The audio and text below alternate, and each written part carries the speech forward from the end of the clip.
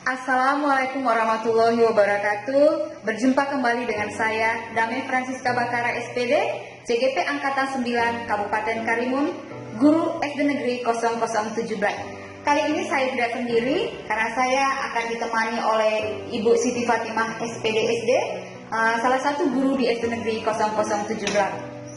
Assalamualaikum Ibu Fatimah. Waalaikumsalam. Apa kabarnya hari ini Ibu? Alhamdulillah sehat Bu Siska. Oh, sehat ya Ibu ya, Alhamdulillah. Nah, hari ini Bu, kita akan melakukan percakapan pra-observasi ya Bu ya. Sebelum nanti Ibu memulai proses pembelajaran yang akan Ibu lakukan di kelas, ataupun sebelum saya melakukan proses supervisi di kelas Ibu ya Bu. Baik Bu. Nah, adapun tujuan dilakukannya supervisi ini adalah untuk mengetahui dan mengevaluasi jalannya proses pembelajaran yang akan Ibu lakukan. Nah, kenapa hari ini kita melakukan percakapan pra-observasi? Ini adalah sebagai suatu persiapan awal sebelum nanti Ibu melakukan proses belajar mengajar di kelas, agar Ibu lebih siap lagi dan percaya diri sehingga dapat memberikan pembelajaran yang terbaik bagi murid Ibu. Begitu ya Bu ya? Baik Bu. Oke. Nah, sebelumnya Bu, sebelum saya memulai pra-observasi ini, ada beberapa pertanyaan yang ingin saya ajukan kepada Ibu ya Bu. Yang pertama ini berkaitan dengan tujuan. Apa tujuan pembelajaran yang ingin Ibu capai nantinya Bu? Baik Bu. Berdasarkan rancangan pembelajaran yang sudah saya buat, tujuan pembelajaran yang ingin saya sampaikan adalah pertama, melalui pengamatan, peserta didik dapat menyebutkan bagian tubuh tumbuhan dengan tepat. Yang kedua, peserta didik dapat memahami fungsi setiap bagian tubuh tumbuhan yang diamati. Oke, baik Ibu ya. Jadi sini saya dapat bahwa berarti ada dua tujuan pembelajaran yang ingin Ibu capai ya Bu. Iya. Nah, yang pertama Ibu katakan bahwa melalui pengamatan peserta didik dapat menyebutkan bagian tumbuhan, kemudian dapat memahami fungsi setiap bagian tumbuhan, betul ya Bu ya. Nah, sekarang Bu, yang ingin saya tanyakan lagi, bagaimana dengan area pengembangan yang ingin Ibu capai atau ingin Ibu lakukan observasi Bu? Baik Bu ya. Untuk area pengembangan, saya menggunakan area pengembangan pengetahuan dan keterampilan. Untuk area pengembangan pengetahuan, peserta didik dapat menyebut bagian tubuh tumbuhan dan fungsinya. Untuk area pengembangan keterampilan, peserta didik dapat melakukan identifikasi bagian tumbuhan berdasarkan pengamatan pada gambar dan pada tumbuhan secara langsung. Oke, berarti melalui pembelajaran yang akan Ibu laksanakan, dapat saya pahami bahwa nantinya Ibu akan melakukan pengembangan pada area pengetahuan dan area keterampilan pada siswa Ibu ya? Iya Bu. Oke. Nah, selanjutnya Bu, saya ingin mendengar nih Bu, bagaimana rancangan pembelajaran yang ingin Ibu terapkan di kelas. Dari itu strategi pembelajarannya apa, kemudian metodenya, dan juga model pembelajaran yang Ibu gunakan nantinya Bu. Baik Bu ya. Untuk strategi, saya akan melakukan pembelajaran berdiferensiasi dengan melihat gaya belajar siswa, gaya belajar kinestetik, auditory, dan gaya belajar visual. Untuk model pembelajaran, saya menggunakan model discovery learning, di mana peserta didik saya harapkan dapat menemukan sendiri bagian tubuh tumbuhan dan fungsinya berdasarkan literatur dan pengamatan yang dilakukan. Di samping itu, saya juga akan memberi instruksi lebih banyak kepada kelompok kecil. Untuk metode saya menggunakan metode ceramah, diskusi kelompok, tanya jawab, dan penugasan. Oke, baik Bu ya. Berarti rencana yang akan diterapkan nantinya saat pembelajaran adalah dengan strategi yang pertama itu pembelajaran berdiferensiasi ya Bu. Kemudian yang disesuaikan dengan gaya belajar siswanya. Kemudian nanti Ibu buat yang akan Ibu buat model pembelajarannya di discovery learning ya Bu ya. Kemudian untuk metodenya Ibu tadi mengatakan bahwa ada ceramah, diskusi, tanya jawab, dan penugasan ya Bu. Iya. Nah, kalau begitu Bu, bagaimana dengan media pembelajaran yang akan Ibu pergunakan pada pembelajaran yang akan Ibu sampaikan nantinya Bu? Nah, untuk media pembelajaran, saya akan menggunakan media berupa tumbuhan, gambar tumbuhan, PowerPoint, stiker, laptop, LKPD, dan sebelum pembelajaran saya menggunakan angket dalam mengobservasi gaya belajar siswa. Oke, baik Bu. Sepertinya Ibu sudah persiapan sekali nih untuk mengajar nantinya ya Bu ya. Nah, untuk pelaksanaannya Bu, kapan Ibu akan melakukannya Bu? Rencananya pembelajaran ini akan saya lakukan pada hari Senin ini sesuai dengan jadwal mata pelajaran saya pada hari Senin, yaitu jam pertama. Oke. Berarti pada hari Senin jam pertama ya Bu. Baik. Jadi berarti hari Senin saya jam pertama akan datang ke kelas Ibu untuk melakukan supervisi kelas ya Bu. Ya. Saya akan melihat dan mencatat nanti hal-hal apa saja yang terjadi di dalam kelas ya Bu. Nanti setelah Ibu melakukan pembelajaran di dalam kelas, kita akan kembali lagi berbincang-bincang ya Bu untuk melakukan percakapan pasca observasi. Begitu ya Bu? Ya, baik Bu. Oke, baik. Untuk selanjutnya Bu, saya ingin tahu hal-hal apa saja yang sudah Ibu dapatkan dari percakapan kita tadi Bu.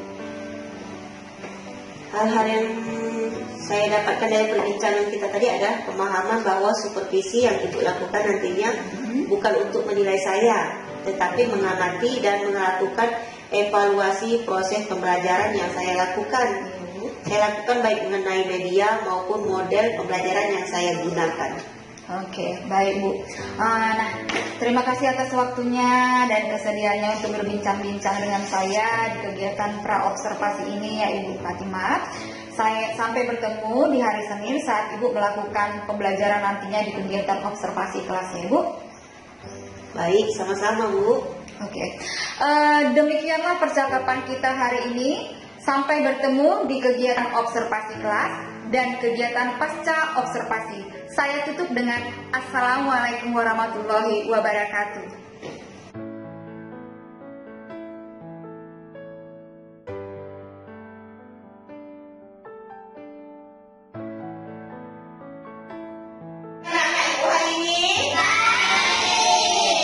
Alhamdulillah baik semua ya. Ada yang tak hadir hari ini?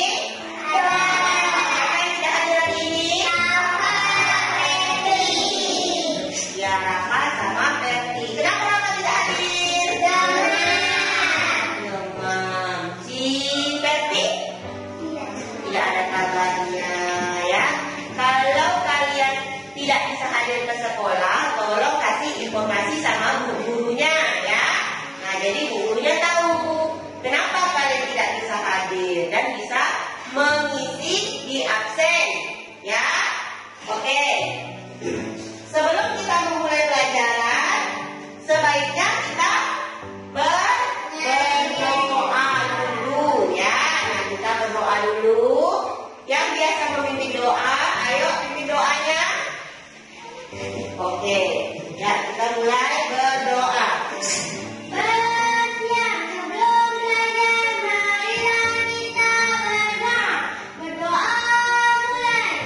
beribadah.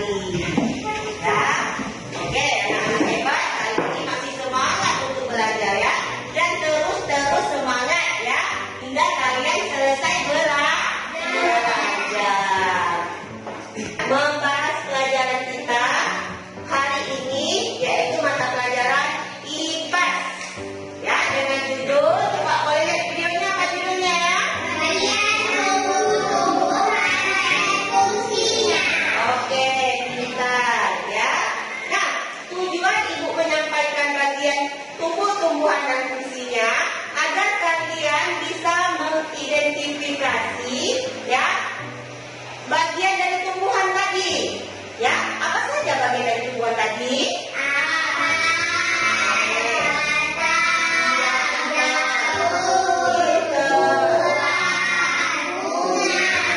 Oke, nah ya, setiap bagian pada tumbuhan tadi berfungsi.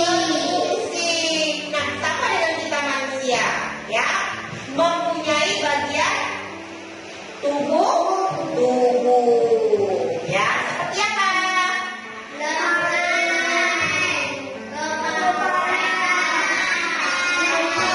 Ya, semua dari tubuh kita dari ujung kaki sampai kepala memiliki fungsi. Oke, pintar ya.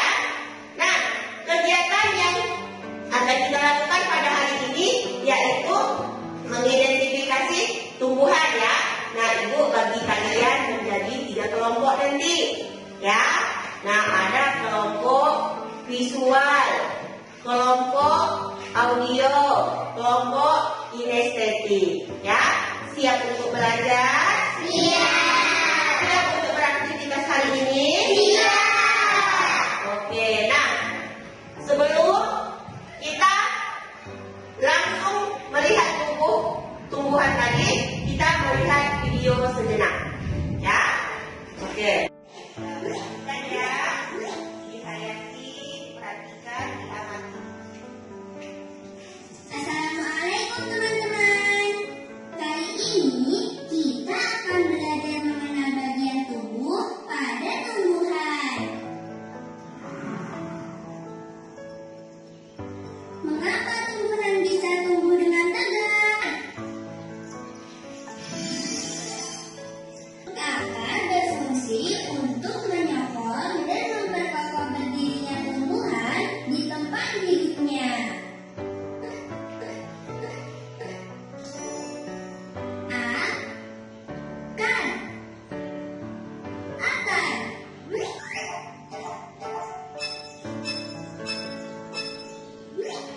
Itu juga karena pohon memiliki akar yang kuat di dalam tanah. Akar juga berguna menyerap air dan mineral dari tanah. Air dan mineral yang telah diserap akar kemudian diangkut ke bagian batang.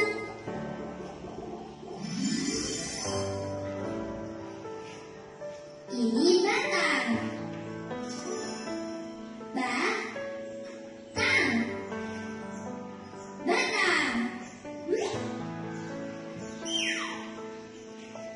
Batang berguna sebagai penopang agar tumbuhan tetap berdiri tegak. Batang juga berguna menyalurkan air dan mineral dari akar menuju daun. Ini daun.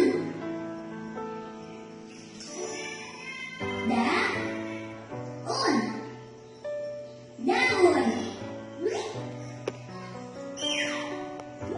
Daun menerima air dari batang. Selain itu, daun juga bernapas menghirup udara karbon dioksida.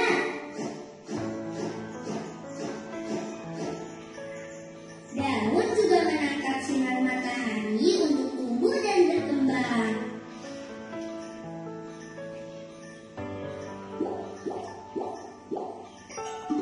Air dan karbon dioksida pada daun diolah menjadi makanan tumbuhan dengan bantuan sinar matahari.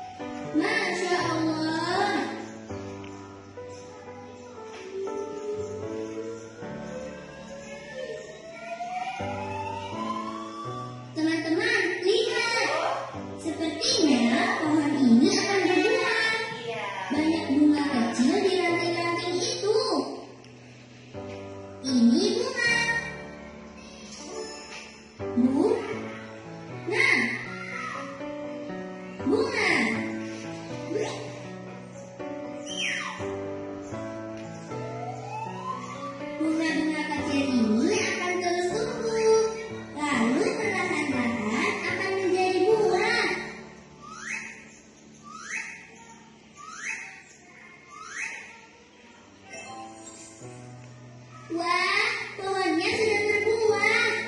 Alhamdulillah. Ini buah.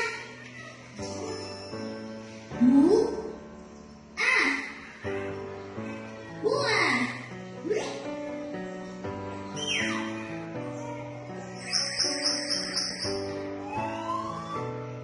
Di dalam buah ada daging buah yang digunakan sebagai cadangan makanan bagi tumbuhan dan bisa juga dimakan manusia.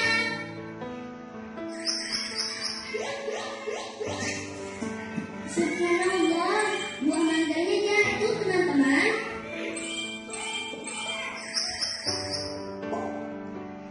Di dalam buah ada biji.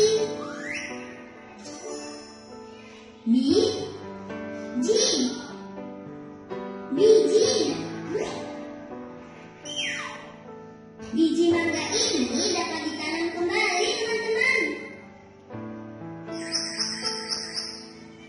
Setelah beberapa waktu, dengan izin Allah, akan tumbuh pohon mangga yang baru. Masya Allah.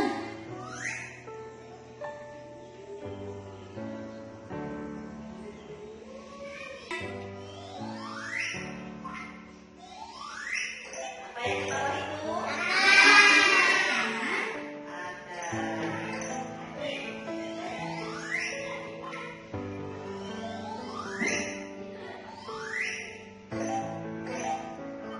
Ini apa? Yang di tengah? Oke. Yang mana batang?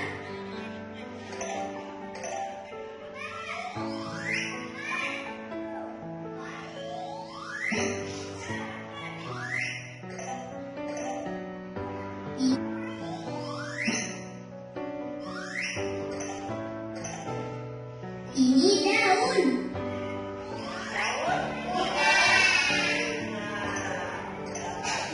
Yang mana bunga?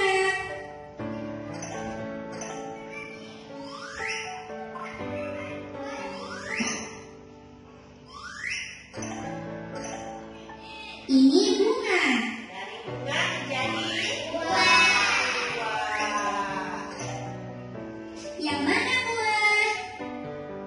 buah untuk siapa? Siapa untuk manusia? Ini buah. Di dalam buah ada Yang mana biji? untuk apa biji tadi? Ya, ditanam kembali dan berkembang biak kembali. Ini biji.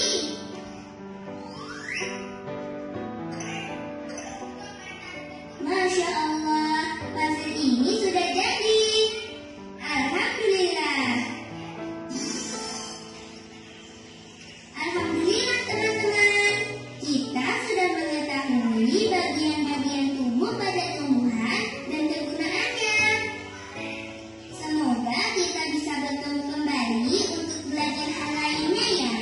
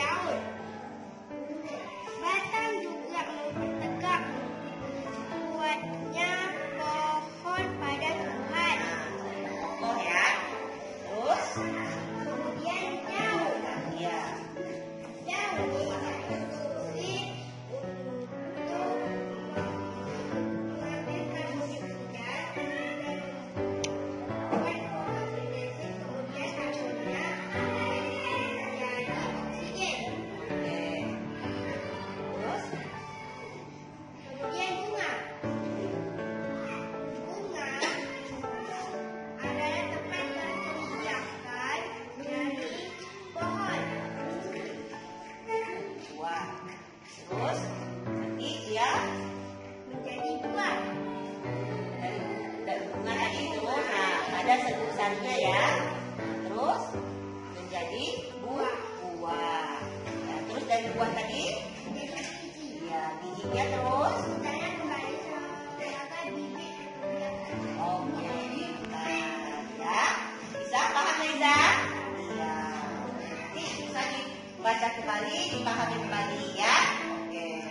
Fungsi untuk menyerap air dan zat hara, memperkokoh tumbuhan, alat pernapasan, dan tempat cadangan makanan. Oke, nah setelah akar tadi dia ke Batang. iya. Apa fungsi Batang batang? berfungsi sebagai alat mengangkut air dan zat makanan, menopang tumbuhan-tumbuhan terjadinya fotosintesis, penguapan, dan alat pernapasan. Oke, dari daun dia pergi ke dari daun ke iya bunga. Oke. Sebagai alat pengembangan biak. Oke, nah. Terus dari bunga ke buah. Dan sebagai tempat cadangan makanan. Iya, nah buah tadi untuk melindungi biji. Terus Biji berfungsi sebagai bakal tumbuhan baru dan menjaga makanan. iya, nah biji tadi menjadi bakal tumbuhan baru. Oke, paham? Oke. Nanti bisa dijelaskan kembali? Oke, bisa. Nah, untuk siapa yang ingin menyampaikan materinya? Zara bisa? Oke, Zara, silakan sampaikan materinya. Ya, materi, tolong perhatikan materi dari kelompok visual. Kan? Akan berfungsi untuk menyerap air dan zat hara, memperkokoh tumbuhan, alat pernapasan, dan tempat cadangan makanan. Oke, setelah akar tadi dia ke mana? Iya, ke batang. Apa fungsinya batang tadi? Batang berfungsi sebagai alat pengangkut air dan zat makanan, menopang tumbuhan-tumbuhan, dan tempat cadangan makanan. Oke, terus dari batang? Iya. Fungsinya daun? Daun berfungsi sebagai tempat terjadinya fotosintesis, penguapan daun, alat pernapasan. Iya. Dari daun ke? Bunga. Iya. Fungsi bunga? Bunga berfungsi sebagai alat perkembang biakan. Oke, pintar. Dari bunga? Jadi apa lagi? Iya, jadi buah. Bunga berfungsi untuk melindungi biji dan sebagai tempat cadangan makanan. Ya. Dari buah? Ya. Biji berfungsi sebagai bakal tumbuhan baru dan tempat cadangan makanan. Oke, terima kasih ya, Zara. Nah, itulah tadi fungsi dari tumbuhan ya. Nah, tadi kalian sudah mengidentifikasi dari berbagai macam cara ya. Ada yang menggunakan audio, ada yang menggunakan kinestetik, dan ada yang menggunakan visual. Nah, jadi hasilnya semua sama, ya. Hasilnya semua sama karena semuanya mengidentifikasi bagian tumbuhan. Oke, nah selesai sudah materi kita pada hari ini, ya. Nah, sebelum kita mengakhiri materi kita pada hari ini, ya, semoga pelajaran kita pada hari ini bisa bermanfaat untuk ya kita semua, ya. Nah, sangat baik untuk kita mengetahui ya fungsi dari tumbuhan tadi, ya, dan manfaat dari tumbuhan tadi, ya. Tumbuhan tadi sangat bermanfaat untuk kita semua atau untuk kita manusia, ya. Jadi jagalah kelestarian tumbuhan, ya. Oke, nah masing-masing orang, nah sesuai dengan pemahamannya tadi ya, dilingkari sesuai dengan ya.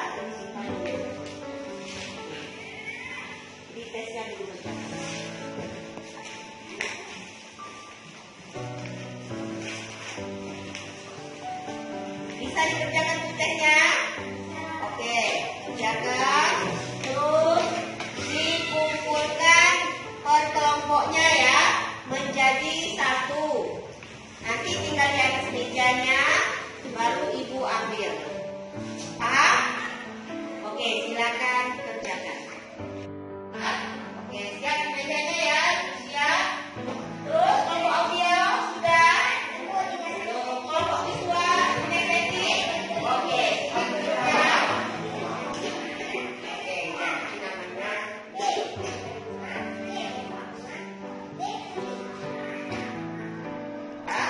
Terima kasih anak-anak ibu yang sudah mengikuti pelajaran pada hari ini ya. Semoga kalian menjadi anak-anak yang sukses ke depannya nanti ya.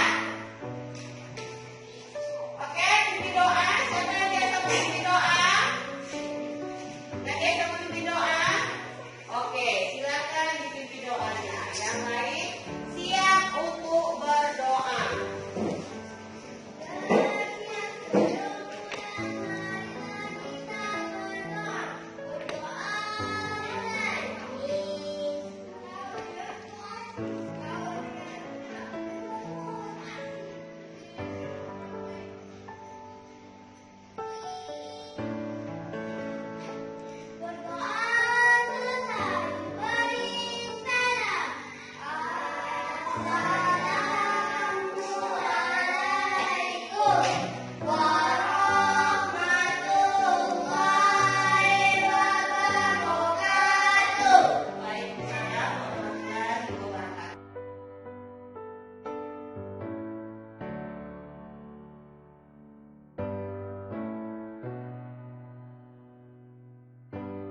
Assalamualaikum warahmatullahi wabarakatuh.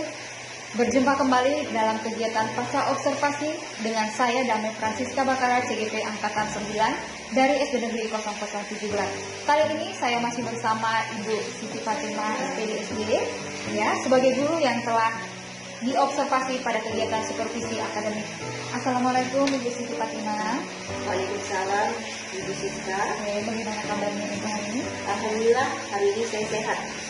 Oke, alhamdulillah ya Bu. Nah, baik, di kegiatan pasca observasi ini saya akan memberikan pertanyaan kembali kepada Ibu Fatimah ya, terkait dengan jalannya kegiatan proses observasi kelas yang sudah Ibu lakukan dengan tujuan untuk mengevaluasi sejauh mana proses pembelajaran yang sudah Ibu lakukan.